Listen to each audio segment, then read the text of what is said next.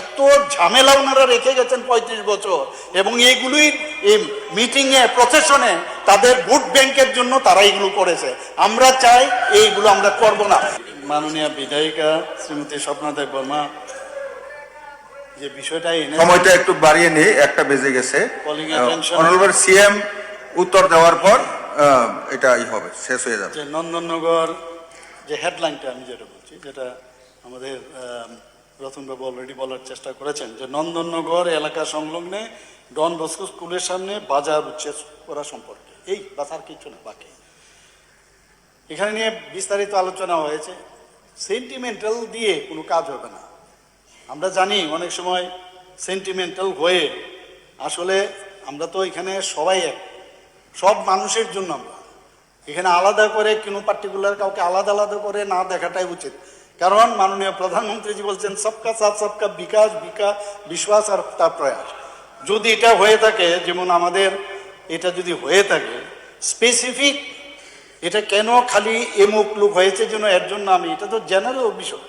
একজনকে যেভাবে আমিও সোশ্যাল মিডিয়াতে দেখেছি, এটা পার্টিকুলার একজন গ্রুপকে এরকম করেছে সেরকম না।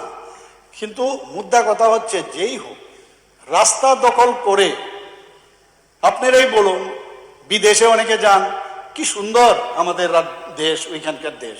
আর ত্রিপুরাতে বলছেন যে এইভাবেই শ্রমিকদের দুঃখে একবারে সাংঘাতিক, দুনিয়ার শ্রমিক এক হোক এবং তাদেরকে যেখানে খুশি বসিয়ে দাও, এরপরে বলছে পুনর্বাসন দিতে হবে। আর এইভাবে কতদিন চলবে? ওনাদের তো যা আমি তো দেখি এক এক সময়, এগুলো তো আমরা দেখে এসেছি 35 বছর, এর আগেও দেখেছি। এবং অত্যন্ত মানে এমনভাবে বসিয়ে বলবে যে এখন তো তাদেরকে পুনর্বাসন দেওয়ার কথা, তখন কেন করেননি ওনারা পুনর্বাসনটা? তখন তো ওনারা পুনর্বাসনের কথা করেননি। আমরা এসে এই পুনর্বাসন, যেখানে নদীর পাড়ে যান আপনি, কারা বসিয়েছে নদীর পাড়গুলোতে, আজকে কখন বলবেন হাওড়ার নব্যতা কমে গেছে? এসব যে বলেন, তখন তো বসিয়েছেন। আমরা বলছি না, এদের অত্যন্ত গরিব মানুষ তারা, কিন্তু আমরা দেখুন প্রতিটা মানুষের জন্য যদি কিছু করে থাকি, ভারতীয় জনতা পার্টির যে সরকার এখন চলছে, তারা কিন্তু এই বিষয়টা দেখছেন, তাদের পুনর্বাসনের কথা চিন্তা করছেন।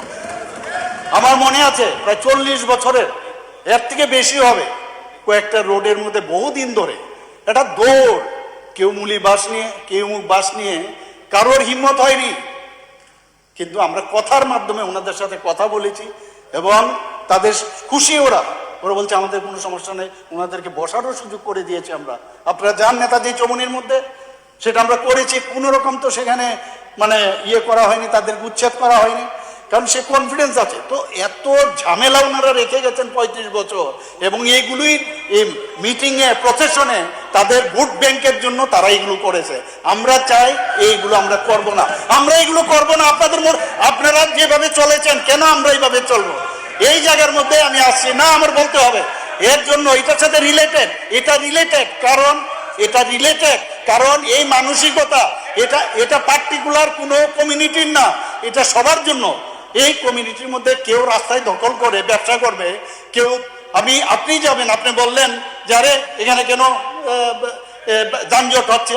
তো এই যে ঘটনার মধ্যে মিউনিসিপ্যালিটি যে কারণে বারবার আমি এখানে যে আমাদের মাননীয় বিধায়িকা স্বপ্নাজি যে বললেন, আমি ওনাকে ধন্যবাদ দেব। বিষয়টা নিশ্চয়ই এটা ইম্পর্টেন্ট, কিন্তু বিষয়টাও আছে যে কারণে আপনি যেটা বললেন যে আগে তো বলতে হবে, এরপর মাইকিং করতে হবে, এটা তো বলা হয়েছে, ওনারা বলেছেন, কিন্তু মাইকিং যে করেছেন বা যে বলেছেন সেটা কিন্তু সোশ্যাল মিডিয়াতে দেখানো হয়নি ওনাকে যখন।